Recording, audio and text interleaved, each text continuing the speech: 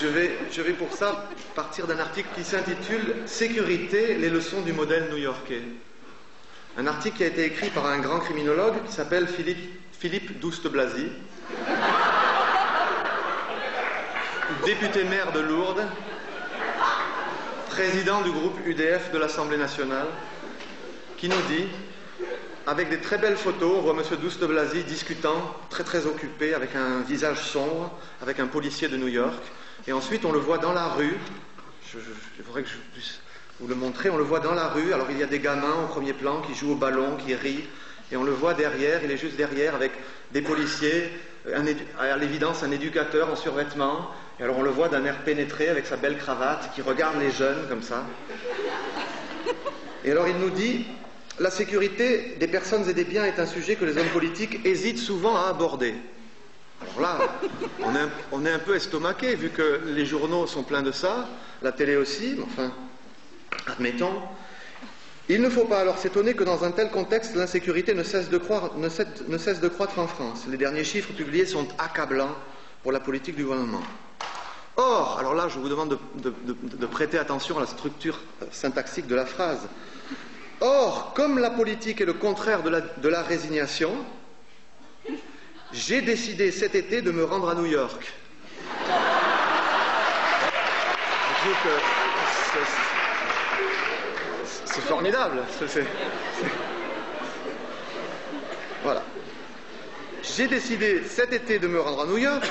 afin d'étudier les remèdes et les raisons de ce qui est présenté partout dans le monde comme une réussite exemplaire en matière de sécurité.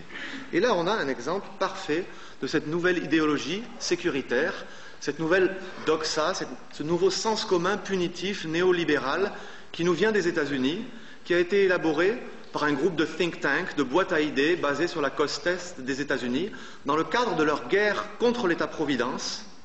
qui ont d'abord, à la fin des années 70 et au début des années 80,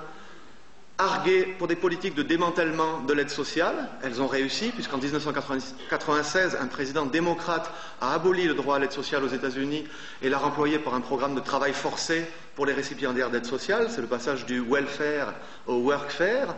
travail forcé dans des conditions dérogatoires au droit du travail et aux conditions de rémunération, etc. habituelles.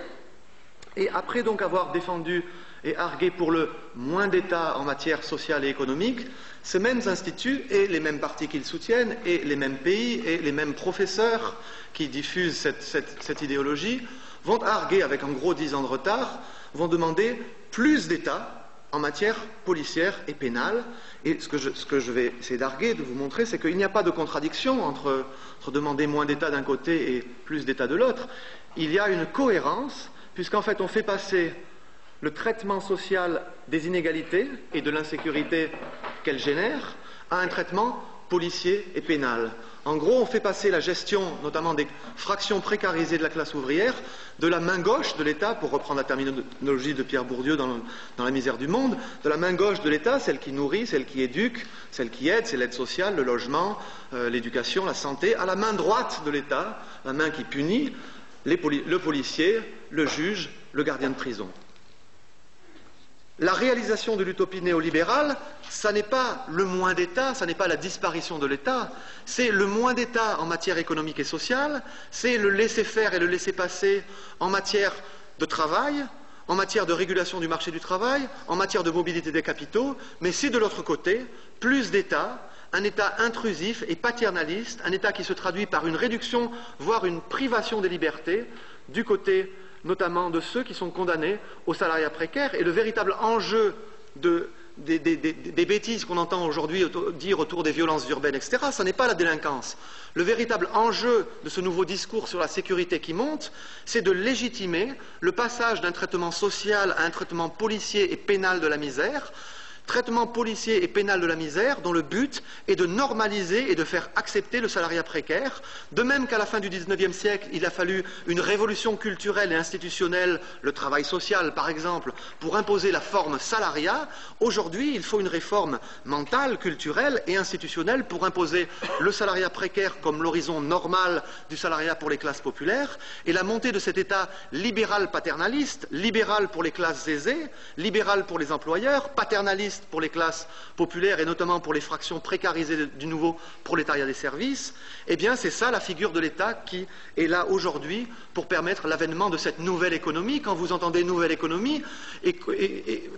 demandez à la personne qui vous parle de cette nouvelle économie qui nous vient d'Amérique, de quelle nouvelle économie parle-t-il? De la nouvelle économie de Microsoft, des ordinateurs et de l'Internet, ou de la nouvelle économie des pénitenciers et de Corrections Corporation of America? Merci.